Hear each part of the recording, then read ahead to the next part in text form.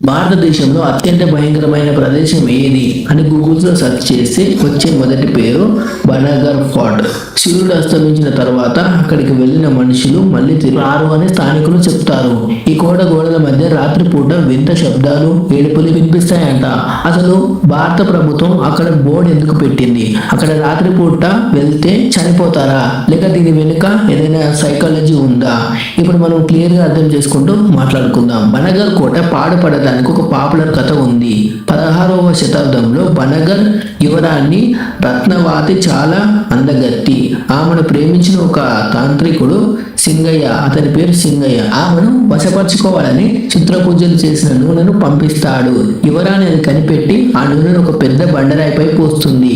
ఆ రాయి దొర్లుకుంటూ వెళ్ళి తాంత్రికుడిని నలిపేస్తుంది.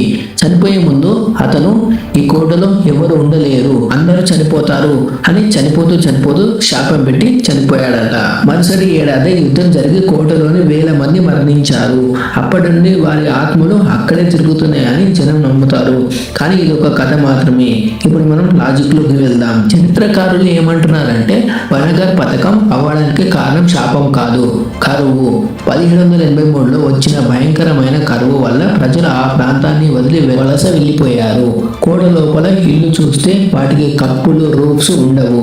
స్థానికులు ఏమంటున్నారంటే కప్పు వేస్తే తాంత్రికుడిని శాపం వల్ల అది కూలిపోతుంది.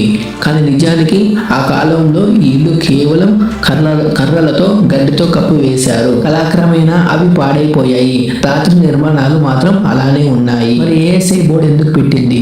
దయ్యాల కోసమేనా? దీనికి 3 ప్రధాన కారణాలు ఉన్నాయి. మొదటిది వైల్డ్ ఎనిమల్స్, అంటే అడవి జంతువులు. ఇది సర్కార్ టైగర్ రిజర్వ్ పక్కనే ఉంది. రాత్రిపూట చిరుత పులులు, అడవి జంతువులు కోట లోపలికి వస్తాయి. క్రిమినల్ యాక్టివిటీస్, పాడుబడిన కోట కాబట్టి రాత్రిపూట దొంగలు, స్మగ్లర్లు ఉండవచ్చు. లైటింగ్ లేని ఆ ప్రాంతంలో గొడవలు జరిగే ప్రమాదం. కోట శిథిలావస్థలో ఉంది. చీకట్లో అక్కడ రాయి, ఉమిడి మీద పడుతుంటే తెలియదు. అందుకే ప్రభుత్వం భద్రత కారణాల దృశ్య రాత్రిపూట ప్రవేశం ఆపేస్తుంది. కొంతమంది యూట్యూబర్లు రాత్రిపూట దొంగచాటుగా వెళ్ళి వీడియోలు తీశారు. వాళ్ళకి ఏమైంది? నిజానికి చాలా మందికి ఏమీ అవ్వలేదు. కానీ మన మెదడు భయం అనే ఎమోషన్ ఎలా ప్రాసెస్ చేస్తుందంటే పాడుపడిన ప్రదేశంలో చిన్న గాలి శబ్దం వచ్చినా దాని ఆత్మల అరుపులలా భ్రమిస్తుంది. దీన్నే పెరైడోలియా అంటారు. ఫ్రెండ్స్, బనగర్ ఫోర్ట్ అనేది ఒక అద్భుతమైన చారిత్రక కట్టడం. ఇది దయ్యాల వల్ల కాదు, మనుషుల నిర్లక్ష్యం వల్ల శిథిలమైంది.